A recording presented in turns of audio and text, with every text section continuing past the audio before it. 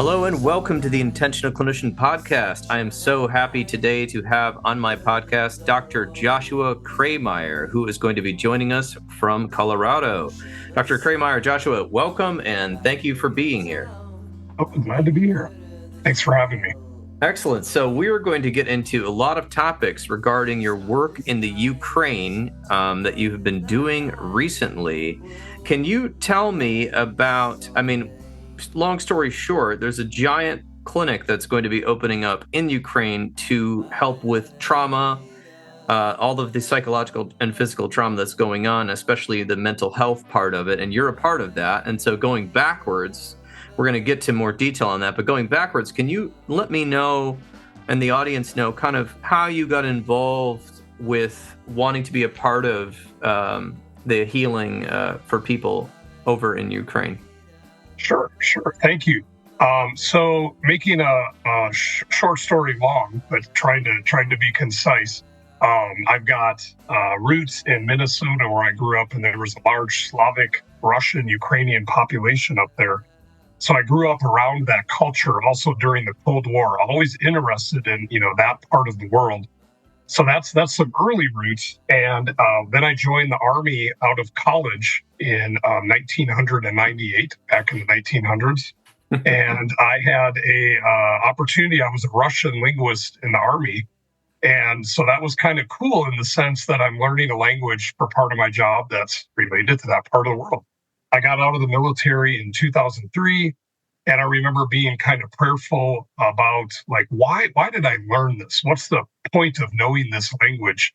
And I was in southern Missouri at the time, not a lot of Russian speakers down there.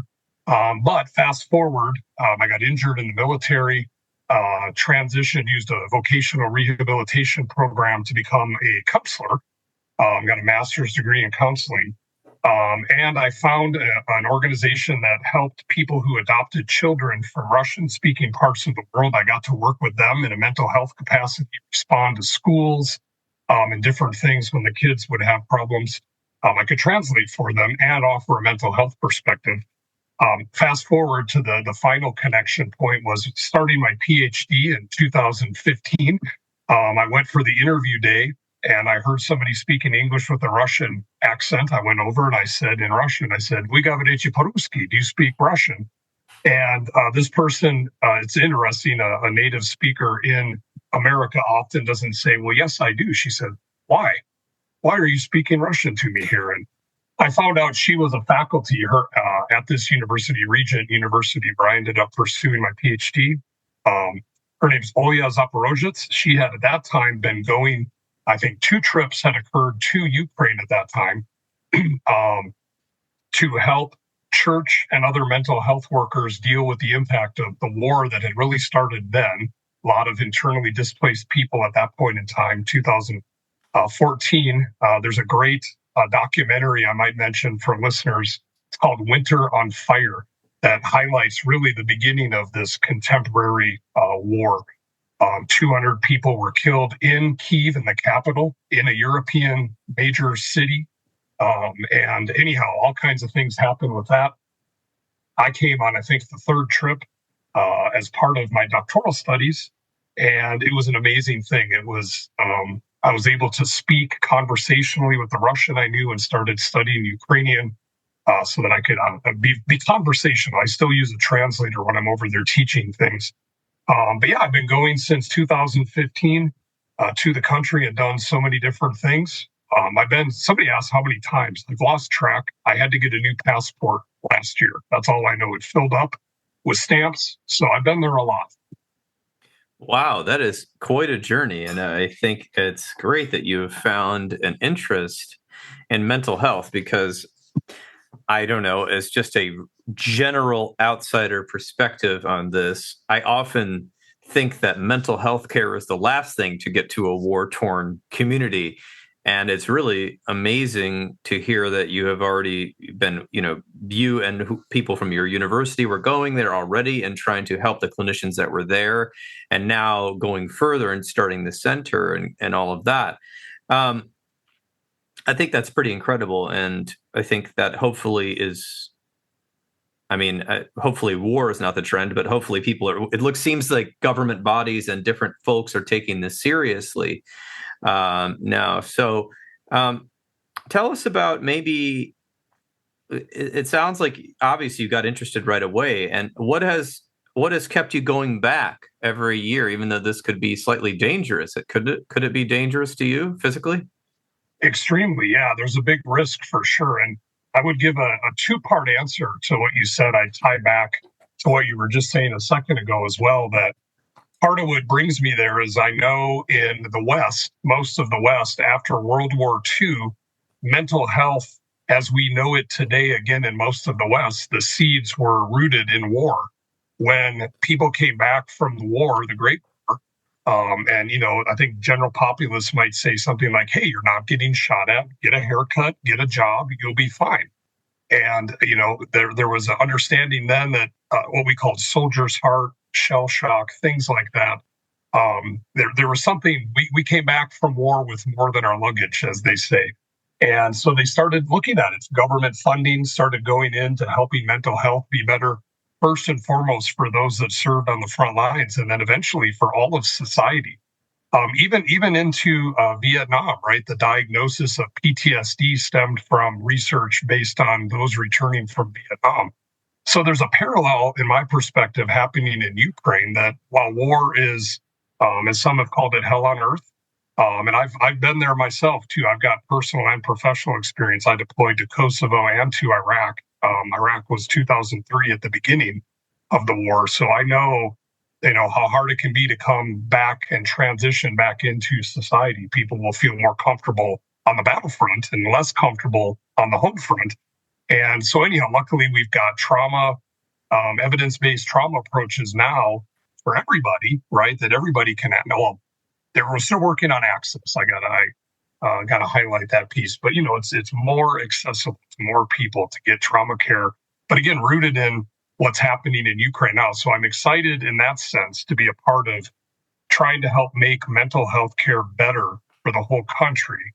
But right now, all the funding and all the resources are coming related to the impact of war. The interesting thing is, with the West, the war was happening, at least in America, it was far away, right? What's happening now, this is in their backyard. It's in their home. So every person in the country is experiencing significant trauma, not just even regular war trauma. The Russians are particularly brutal in their tactics. And so there's a big need. So that's the first part of my answer. The second part, I would say that I feel a very significant calling to be there. And I have this sense of peace that, if not me, then who? That I don't go without really thinking about what I'm doing and where I'm going. And I don't go to the front lines when I'm in the country. I've been close. I've done work with soldiers very close. They call the zero line, right where the fighting's happening. I've been on line 10, line 20. I've been in that area. But normally I go in the middle of the country or the West, and I'm working with people. Most or all men cannot leave the country. So we have to go in there if we're going to try and help people, that specifically the men. Women and children are able to leave, and many of them have. The diaspora has spread all over Europe and around the world. But so I have this sense of calling to be there. And then the other piece is that when I go, I was there 3 weeks ago, most recently, doing retreats for military families at a Veterans Administration hospital. And every single time I've gone in the last year or two since the invasion occurred, people keep telling me like they're so thankful that we're there. And they do look like you're a little crazy, all right? Like, why are you here? This last trip, I brought my wife and my daughter. But it's such a testimony to how strongly we believe in helping. And they do tell us that they're burned out, but that they tell us they say, go back home so you can recharge and then bring that energy with you. So that we've gotten direct feedback from many different people to that. It's kind of a summary of what we hear. So those things keep driving me, a very important mission, and then lots of very specific feedback on how appreciative and how impactful and helpful our presence could be. Just our presence. Of course, there's things we do too, but simply being there is helpful to many. Yeah, that's That's quite incredible. I just on the part one for the listeners, The Body Keeps the Score by Dr. Bessel van der Kolk really outlines the history of when scientists and medical doctors and before psychology was really a thing, were investigating shell shock from soldiers coming back from World War II and, of course, Vietnam and other wars, and how they started to kind of figure out the diagnosis of PTSD. So that's a very good link that you point out there, and it's starting with war again, but eventually to help the entire country, because as you said, now that the war has been going on for a while and is not just on the far edge, it's impacting everybody, and obviously just the idea of your country being at war and not having that stability could underlie and have a lot of trauma, even if you don't have any bullets or bombs or anything threatening to. Obviously, we know that the soldiers are not very nice to civilians if they find them, especially women and children, which is probably why they are leaving, and for safety reasons. And it sounds like you have a very a personal calling, it seems like, to be there and to lend your expertise. And I think this is a very good thing, because it can make a very large impact. Could you tell us about the kind of like the beginning of the program and how it's led to a bigger clinic and now even a bigger center? Kind of walk us through that a little bit. Yeah, sure, of course. So when I started going at the beginning trip, I was teaching.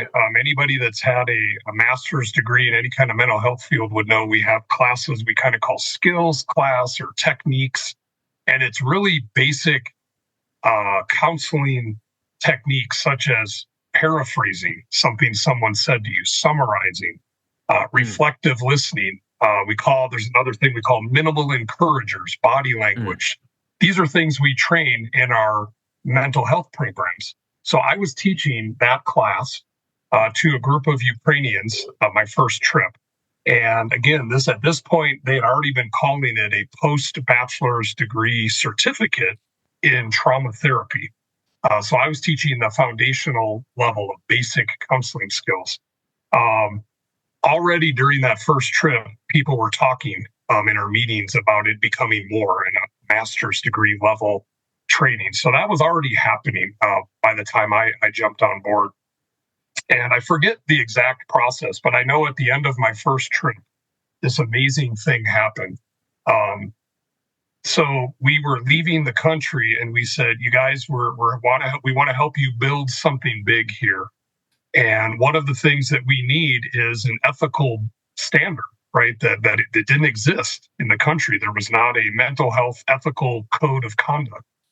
So we were kind of vision casting with them, and we said, "We want you to work on that. We'll give you this one faculty we had who was going to be the key person helping the Ukrainian team." We said, "We're not doing that for you. We're not Ukrainian." And also we were talking to them about being teachers and supervisors. So we were training the first ever counselors in the country. And we were also preparing them to take this over. We didn't want to be culturally imperialistic or, be there teaching forever. It's like we wanted them. So we were planting those seeds early on. When we left that first trip, we talked about the ethical code. We said, "Who will stand up and help with this?" And this lady stood up, and it felt like the movie Dead Poets Society when Robin Williams students stand up on their desks and say, "Captain, my captain." It's this very powerful, poignant moment. And that's what it felt like to me, because this student of ours stood up and she said, "I will fight for Ukraine." She didn't say, "I will help with the ethical code." She's like, "I will fight for Ukraine," with kind of her fist in the air. And I was like, wow, everybody's getting very emotional. So we left, and six different people stood up to be the ethical code committee for this country. And that code got passed and connected to mental health law a couple years later. So we started with that. We had also started thinking about licensing standards, which didn't exist at any level. So we were working on that. And professional organizations. They created not the ACA or the AAMFT. They created the League of Trauma Therapists. That's actually what they called their first professional organization. So all those seeds were planted on my first trip.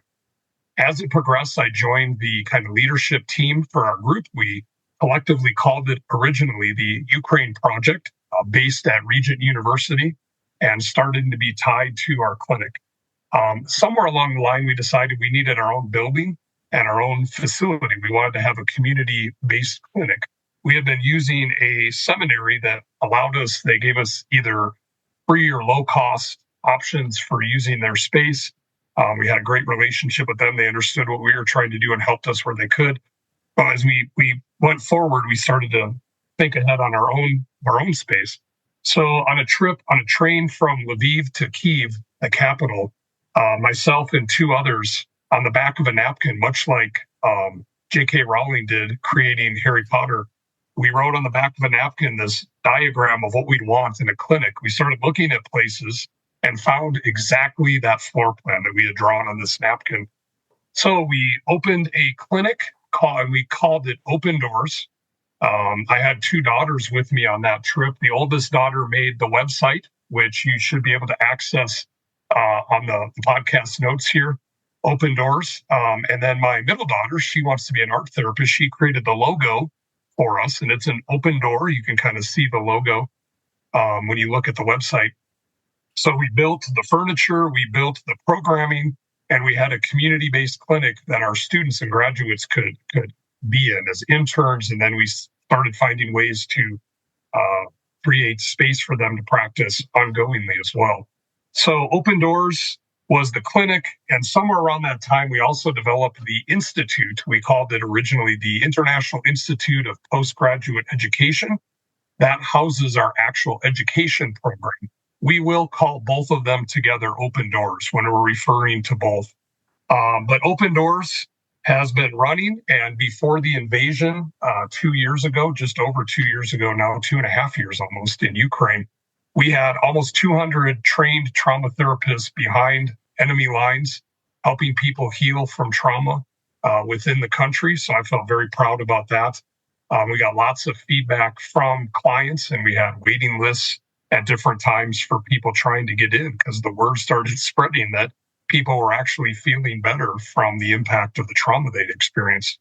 So from that foundation, Open Doors was asked by the government of Ukraine in a very fortuitous meeting that we had with different ministers. We had met with the Minister of Education and the Minister of Health at different times, and were asked to help build what they had called at one point a national PTSD center.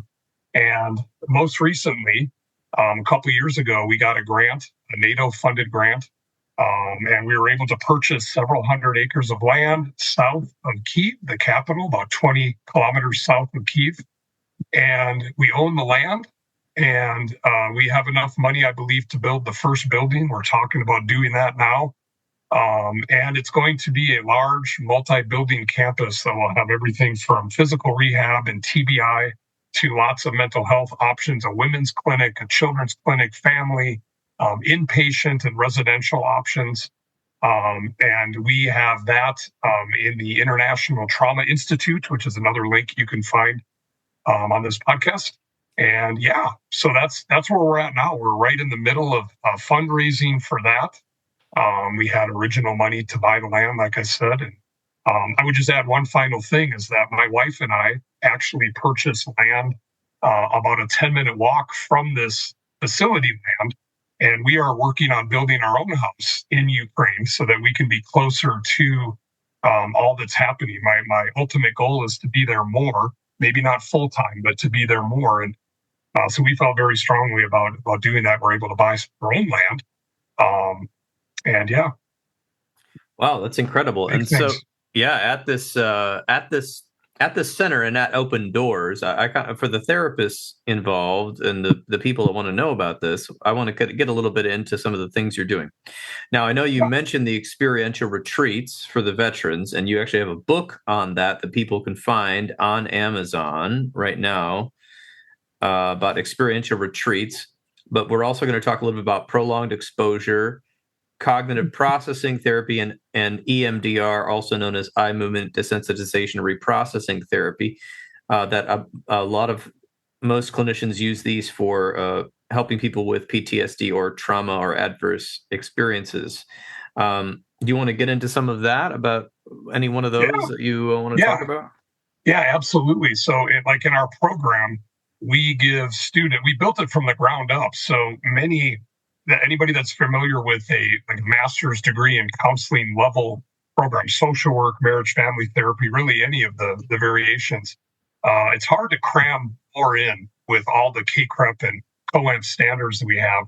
But building this program in Ukraine, building it from the ground up, we thought, well, there's so much trauma. There's generational, intergenerational trauma.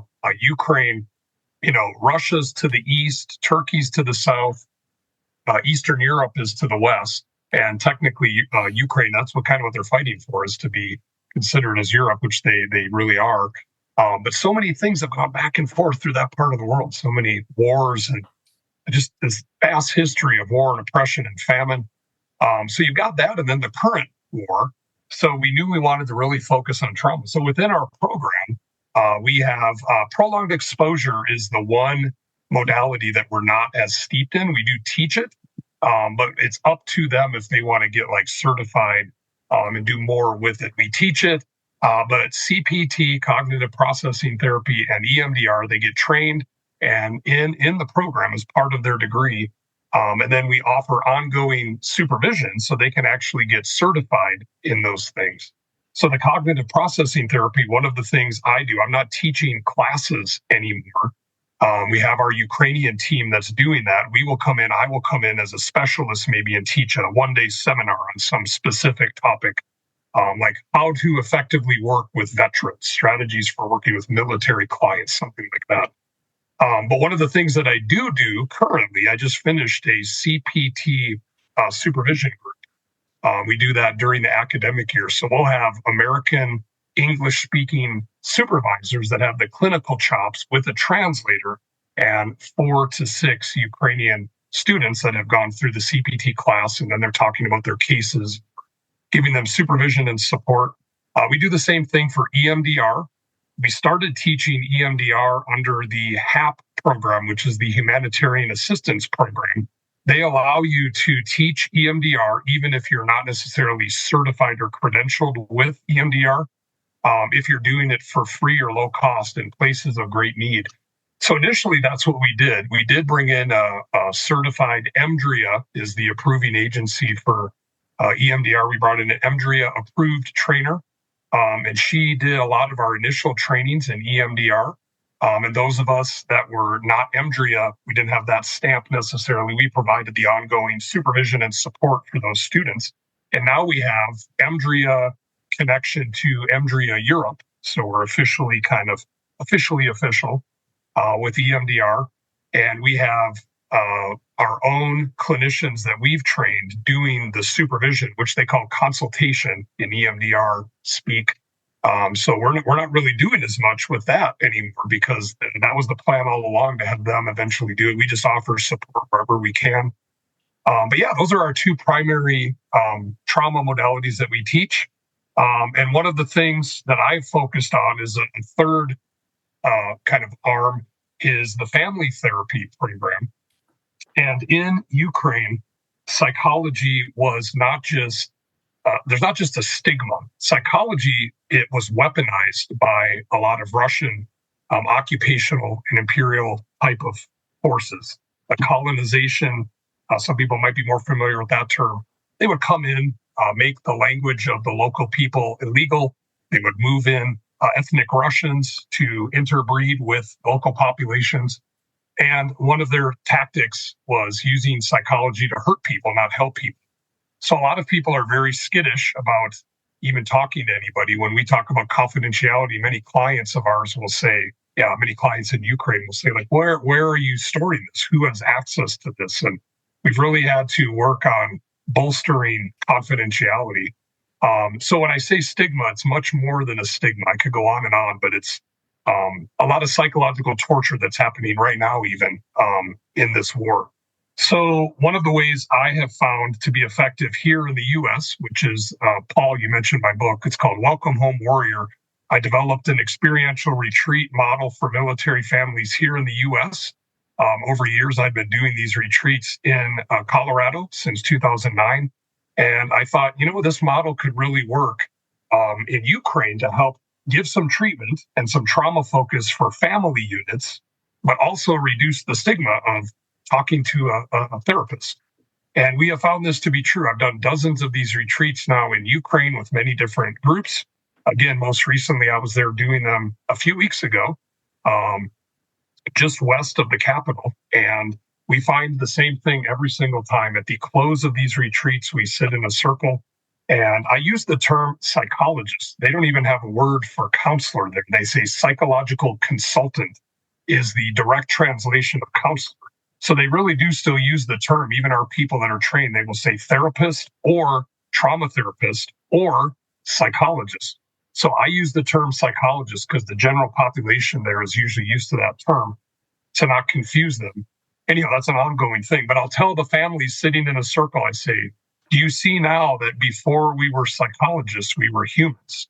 And we're just humans who want to help you, right? And they say, oh, yeah. So it's a final closing thought on, these people aren't so bad. We want to help. And it can be just like a conversation that we have, right? The essence and basis of any good therapy is that rapport and that connection, helping people feel safe, calm, comfortable in our spaces. So I think we definitely have found that these retreats do that. And it's evidenced by the last retreat we did. We had 10 families. One of them, the wife was there. Her husband was a prisoner of war. She decided to come anyway. So that was, just an interesting story from that group of families. Every single one of them signed up to do ongoing therapy with one of our therapists. In this model, I have 10 families and I have 10 psychologists join me. And I assign each psychologist to a family. And then I use humor and have the families. I say, hey, can you adopt another child into your family? And they do. They kind of, it bridges this gap for them. And they have meals with them. They are their primary point of contact. And they build this rapport that they didn't even know was possible. And again, most of them have agreed to ongoing support. I don't have any data after that because it's confidential for them. But I do know that they did something that they wouldn't have thought of doing before doing these retreats. Wow. Yeah. So it sounds like for some people, getting into the experiential retreat is the first step into trusting a mental health professional and realizing it's not some sort of mind control or some sort of weird thing going on. How do you get the word out? And this is, my mind is still trying. I haven't been there. Okay. I've read about things, but in the news, you don't really hear about here's what a day-to-day life is in the Ukraine now that the war is going on. You don't really hear that, right? It's not really a headline. So how do we get people involved? Is the infrastructure functioning enough? What's happening with that? It is. And real quick too, one thing, Paul, I wanted to highlight for listeners is that when we talk about Ukraine, please just, I feel like a PSA almost. When we say the Ukraine, most people in native English speakers were like, that's how we were used to saying it. Right. For them, for people in Ukraine, when we say the Ukraine, that's indicative for them of it formerly being part of the Soviet Union. Oh, yeah. So they're like, no, it's Ukraine, just Ukraine. So I would just highlight that as people are talking about this wonderful country, amazing people, that we say that. Just a point that I wanted to make. Yeah. Since I have a platform here to educate, because that's people in Ukraine want us to know that around the world.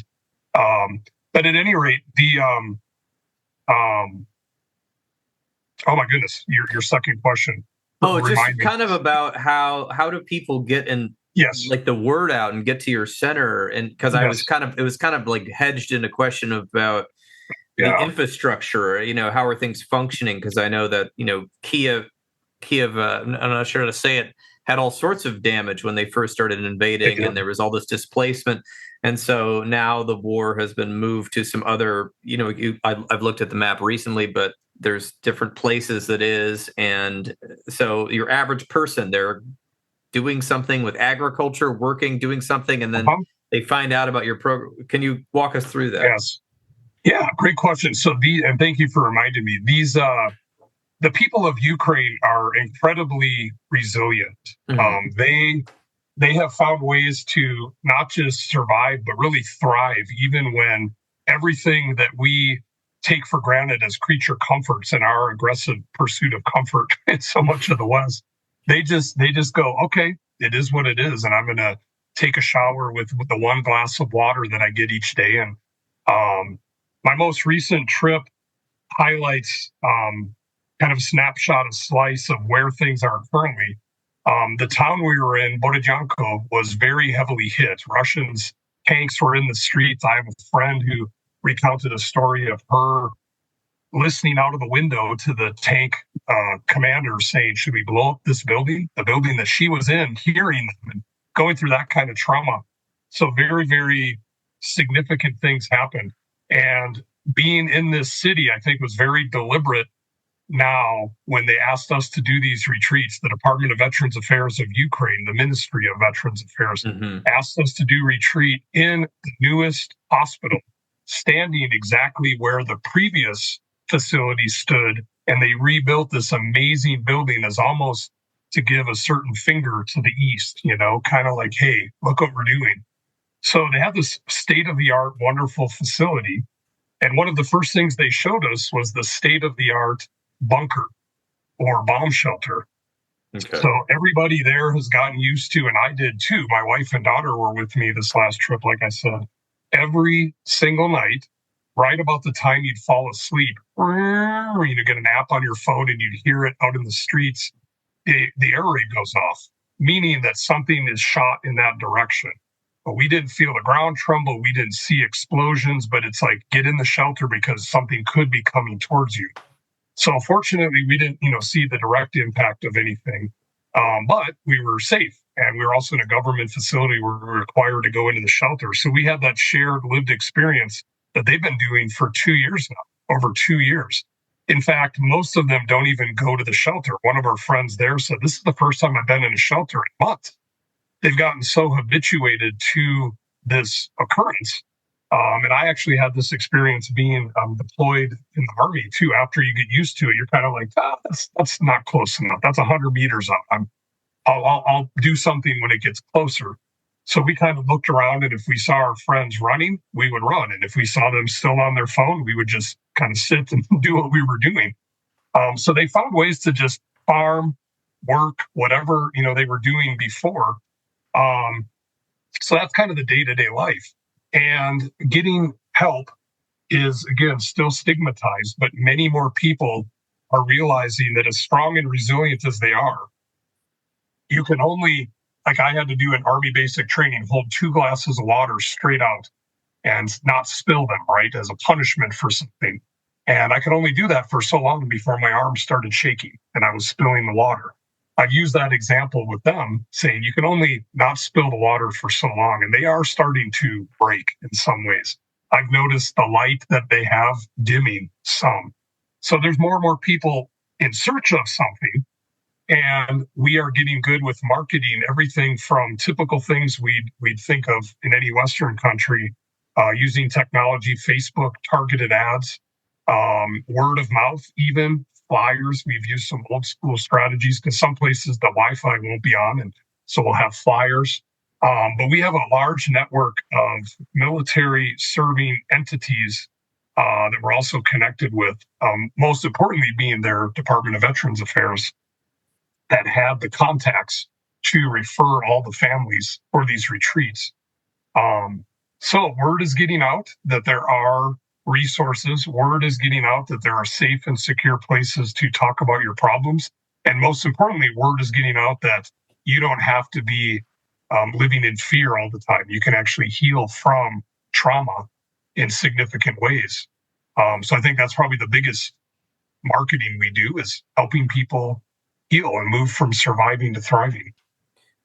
Yeah, that is incredible. I want to ask some more about the fact that a lot of the trauma is still going on, but I want to mention that the funding wise, the Ukraine Department of Education, Department of Veteran Affairs, UN has helped, the United Nations, and NATO has also helped contribute to some of these programs. Is that all accurate? Correct. Yeah. We've done some grants from NATO. These last retreats I did, the Ministry of Veterans Affairs funded some of it. We also had funding from the Canadian diaspora, which is Ukrainians that have fled the country and settled in Canada. They have sent financial support too. They funded I think that some of the families staying at the hospital and hotels, they funded that. And then, yeah, I worked with the United Nations has a branch called the International Office of Migration. They came out after World War II, and they go to places where there's war, and they go to the edges, and they help people get across borders. They help internally displaced people. And I've done many, many, many different things with them, including these retreats. They funded some of these retreats. I've done capacity building for the psychologists there through them. So, yeah, a lot of great international support financially. That's incredible. And so, I mean, this is where I want to go a little clinical for a minute. So, Yeah, a lot please. of times in the old manuals, they'll say, of course, this is the United States-based manuals. They'll say, you kind of have to wait to fully process the trauma until the trauma is over.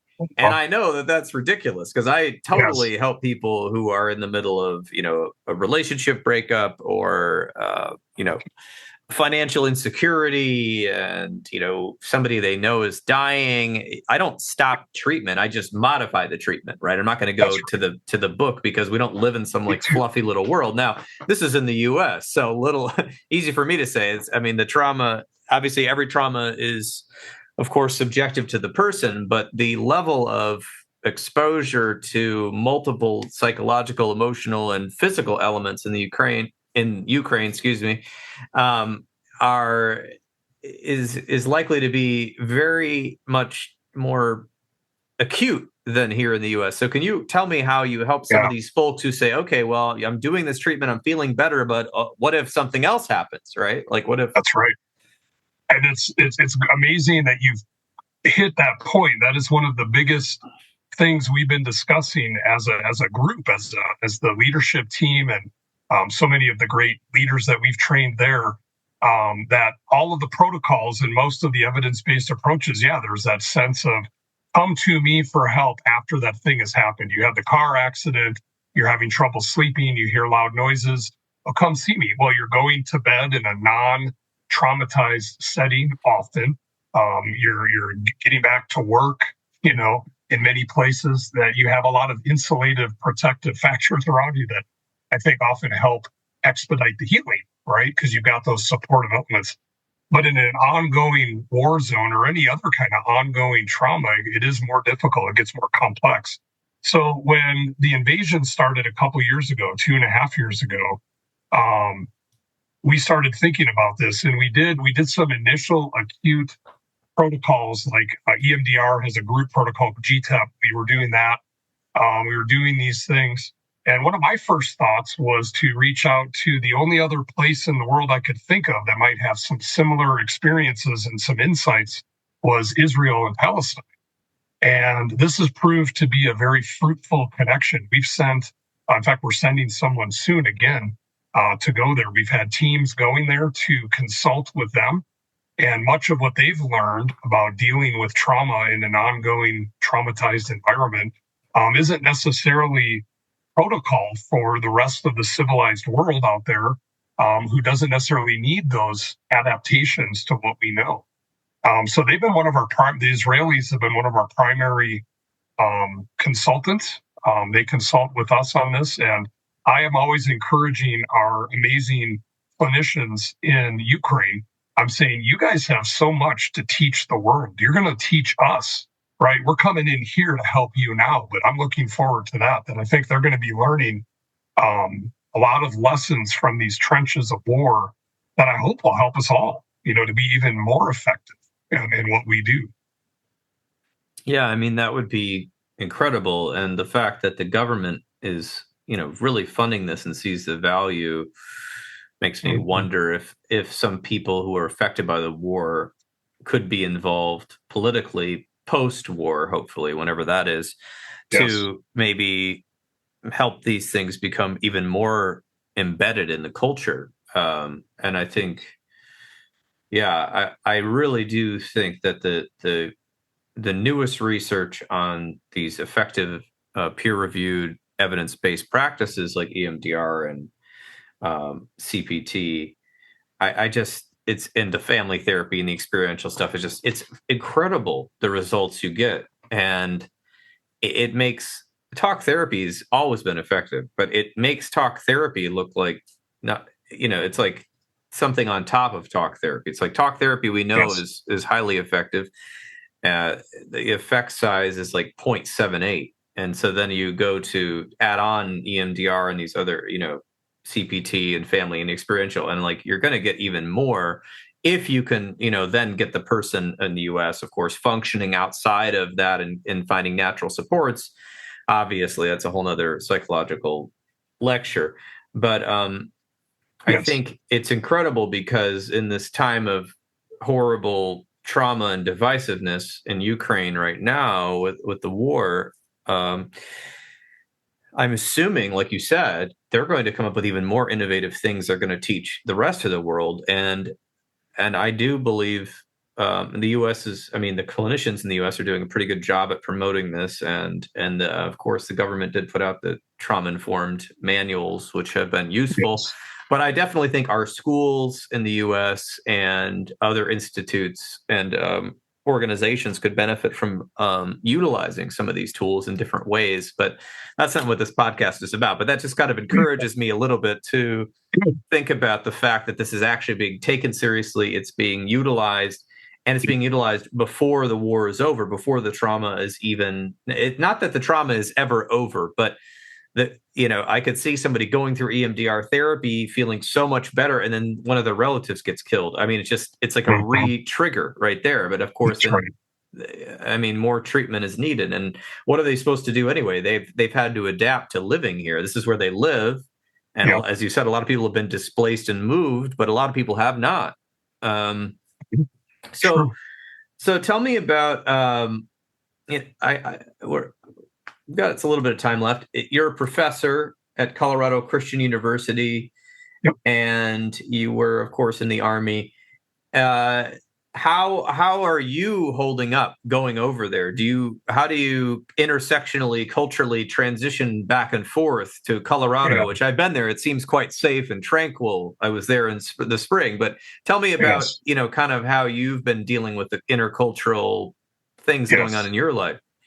Yeah, that's great. Thank you for asking. And I do have not really a protocol, but I always, when we teach and learn about trauma, we know that it affects the mind, the body, and the spirit. So I'm very deliberate about doing different things even as I'm flying and traveling, which, by the way, with the war going on, I have lots of time to decompress traveling because it can be up to 20 hours on a bus or train. You cannot fly into Kyiv right now. That airport is closed. So you're flying into Warsaw, Krakow, or Budapest. Those are the three primary areas. And then you got a bus or train across the border. They often stop you and wait at the border. My wife was stuck at the border one time, 12 hours. So while I'm transitioning that way, I'm very deliberate about doing not stimulating things on my phone. For example, I have some alpha wave brain things that I do. I have a meditation practice called the warrior meditation that I do, that I learned at a veterans retreat that I went to as a participant. Um, and these kinds of things. And then, when I get back, I do massage. I always have a massage scheduled for when I return, and a chiropractic as well. Those are things that help me. And then I do go to a church, so I kind of tend to my spiritual side too. And I always make sure to check in with some of my mentors, people that can speak in and fill up. So I try to be as deliberate as I can in treating all three of those areas every single time, and then checking myself too. I do my own counseling, so I check in with that person, and I make sure if there's any mental debris that I'm dealing with that, so it doesn't build up within me, so that I can keep pouring into others. And yeah, so I just very, very intentional about those things, knowing that I'm not immune from any of it. Um, and so far so good. I've been able to keep going back and um, pour in and get good feedback on what we're doing as being impactful and helpful.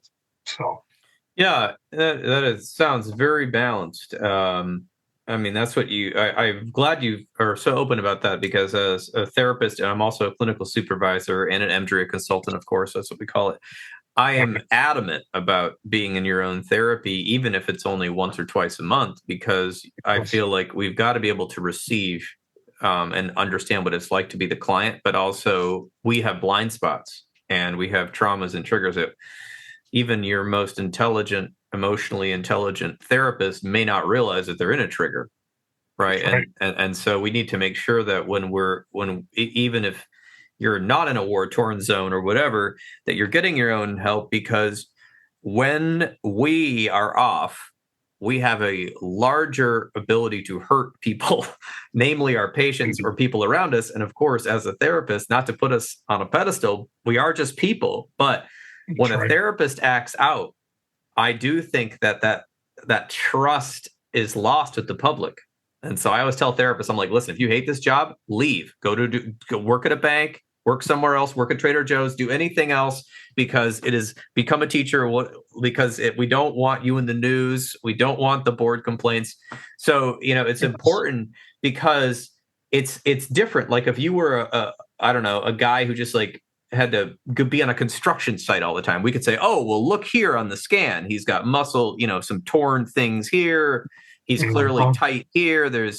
He's been eating too many Subway sandwiches at lunch. I don't know, whatever. He's drinking beer at night to cope. We can like see these physical Right. things, but with mental health, not only do you have to keep your, like your mind, body, and spirit in check, but like you're having some vicarious trauma, Indeed. because I can't doubt that you've run into situations and heard things that you would have never heard just being in the US as a therapist. And we hear some pretty bad things.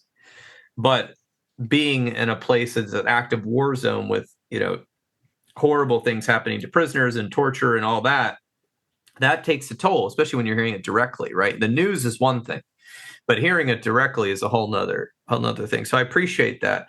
I'm Yeah, yeah. curious, can people get involved? A lot of therapists, I've talked to some therapists recently. Now I'm not one of these therapists. I'm not bored at all. I've got lots of projects. I got a nonprofit I'm working on. I've got all sorts of educational things. But I've talked to a few therapists who mentioned that they were like looking for projects. So can they get involved at all with Ukraine and help in some way? Is there any way for people to get involved in the U.S.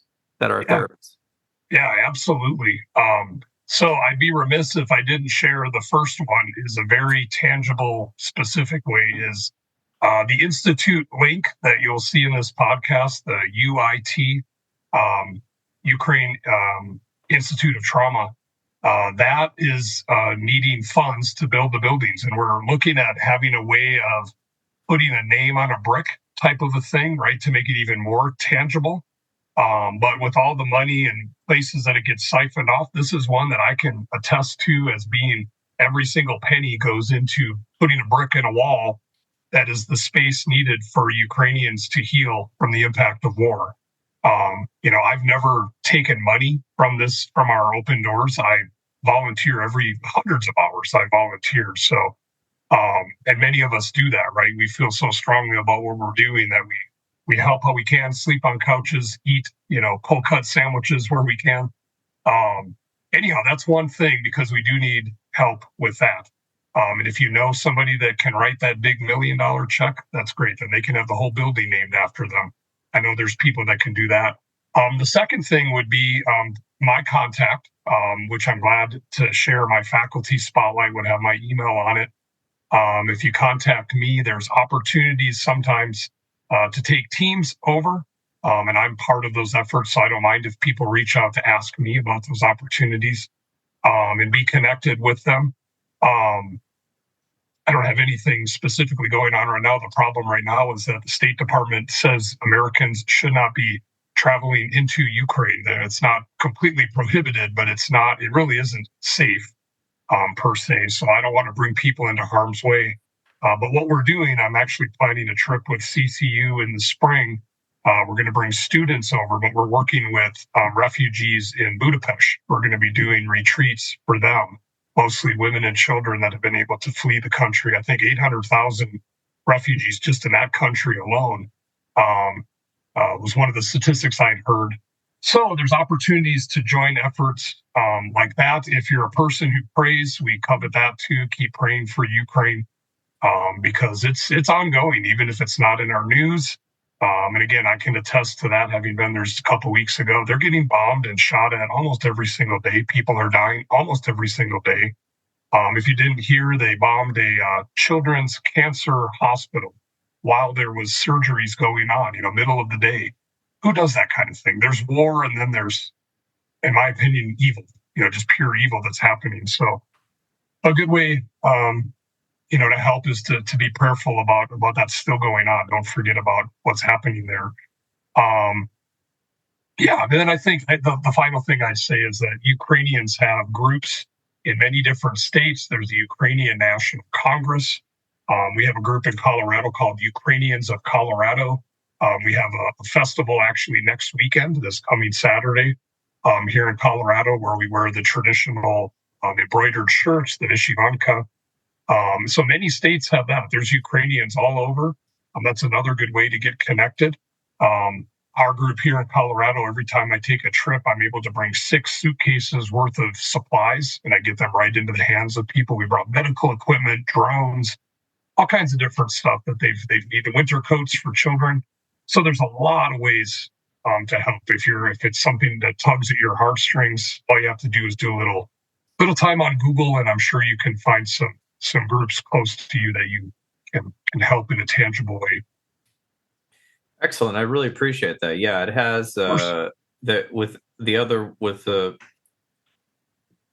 Palestine and Israel conflict and other things have sort of dominated the news cycle. So you still see the Ukraine-Russia coverage. It's just lower on the page normally, but it's definitely still going on, and unfortunately, and continuous. So I really appreciate all the work you're doing, Dr. Kreimeyer. I think that's a very good example of putting psychology in our field into action in ways that, obviously, I think it's always impactful, even if you're wherever you are. But I think this is pretty incredible to put, risking yourself to go over there. I think that's it's incredible. So I've learned a lot. I'm going to be putting a lot of links in the show notes. I'm curious, is there anything we missed that you want to make sure people know about in either, the U.S. or something about Ukraine?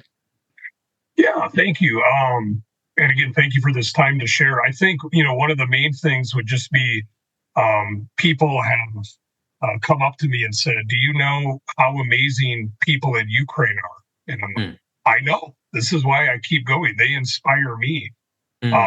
So I think I would just kind of reiterate what I just said, to not forget about these amazing people. They are struggling more than you can even imagine. I won't even share stories here to spread some of the vicarious trauma, but they're in great need, and there's going to be great need ahead as well. Even when the bullets stop flying, that's when we'll be able to go there. So I'd encourage people to not forget. Don't listen to the headlines too. It's going to get a little political here, but there's headlines about money being squandered and this and that. Don't listen to those things, because there are agencies like ours and many others that are doing incredible work. And, don't let political and spin techniques get into your head. That anything you can do to help is helping make the world a better place and pushing back evil. So it's a very significant and meaningful thing to do. In the trident, actually, you can see it behind me, this trident symbol of Ukraine that many people have come to know and see. The Cyrillic letters are actually within the trident, and it spells a Ukrainian word called volia, which means will. And this is totally symbolic, the symbol itself and the word of these amazing people. And we need to let them know that we're not forgetting them. The good people of the world stand with them. So whatever you can do to be connected to Ukraine and Ukrainian serving entities, please consider doing it. Yeah, absolutely. I think that's very good advice. And for people that are, checking out just the mainstream news, definitely just go direct to sites that are involved in Ukraine, causes, and they will help direct you appropriately. I think that's a very good point, because that the story is way more nuanced than what we're seeing on the front page. Or the third page, whatever it is.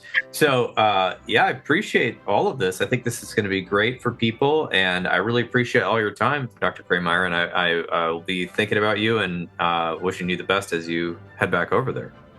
Thank you so much. And I would say Slava Ukraini means glory to Ukraine.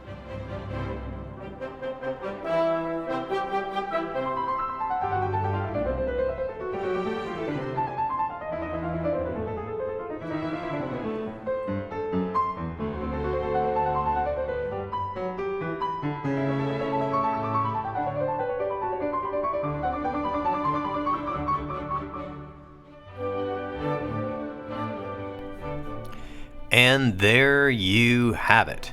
This has been another episode of the Intentional Clinician podcast. If you are enjoying the show, please leave us a rating on iTunes or share the show with people you know. I would surely appreciate it. As some of you know, I am passionate about preventing future violence in the United States. I have started a nonprofit with colleagues called the National Violence Prevention Hotline, which is a 501c3 organization. We are endeavoring to gain funding and collaborators and volunteers so that we can start a 24/7 hotline and chat line to reach potential perpetrators before they may act violently. It is a bold effort to curb violence and save innocent lives by working to connect with potential offenders while they are in the planning stages of violence, help to de-escalate them, and provide resources so that they can get appropriate professional help. The National Violence Prevention Hotline is looking to open up a conversation about violence in society, the causes, and the solutions. You can learn more by visiting our website at violencepreventionhotline.org. You can get involved by writing your congressperson from our website, sharing it with your network, or even donating to the cause. If you are looking for an EMDR International Association consultant, I am a consultant and I can help provide 20 hours that you need to become EMDRIA certified. Just check out the show notes and send me a message and see if we're a good fit to work together. If you are in need of counseling, do not hesitate to make an appointment with a local counselor in your area. You can also make an appointment with the excellent clinicians at Health for Life Counseling in Grand Rapids as part of the Trauma Informed Counseling Center of Grand Rapids by visiting www.healthforlifegr.com. And if you are in the state of Michigan, you can also schedule a telehealth appointment. The recording you just listened to consists of the personal opinions of Paul Krauss and his guest, and while these are based upon the literature they have read and the experience in their respective fields, the information on this podcast should not be viewed or thought of as the definitive opinion on any subject. Listening to this podcast is not a substitute for treatment. If you're in a crisis, please call 911 or the National Crisis Line at 988.